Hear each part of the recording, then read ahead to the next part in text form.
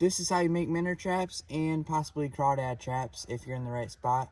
We got Ming to help us today. This is how you do it.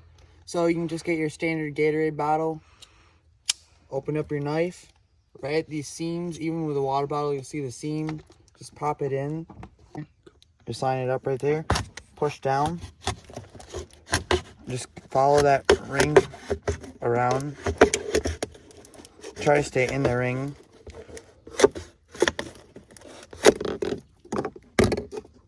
Take it like that. Open your lid first.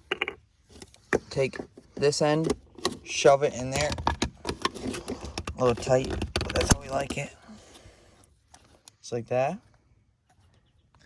The reason why we put it in there is so when the fish swim in there, that they really can't get back out because they get caught up in there, and that's how you catch them.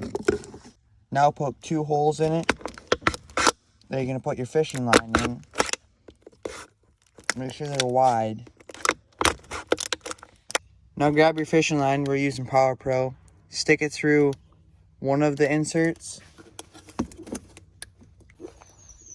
the other one, and pull it through about like that.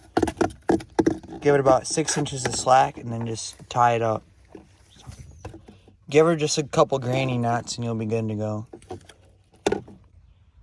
We just have like 5 pieces of dog food, but whatever kind of food you have laying around, just toss her in there, mix it around a little bit, you're good to go.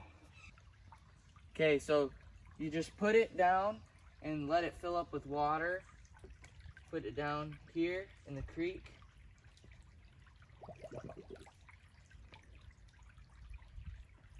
Facing, so the hole facing upstream, that way the minnows are going downstream and go into the hole. And then just tie your line to a stick or anything by here.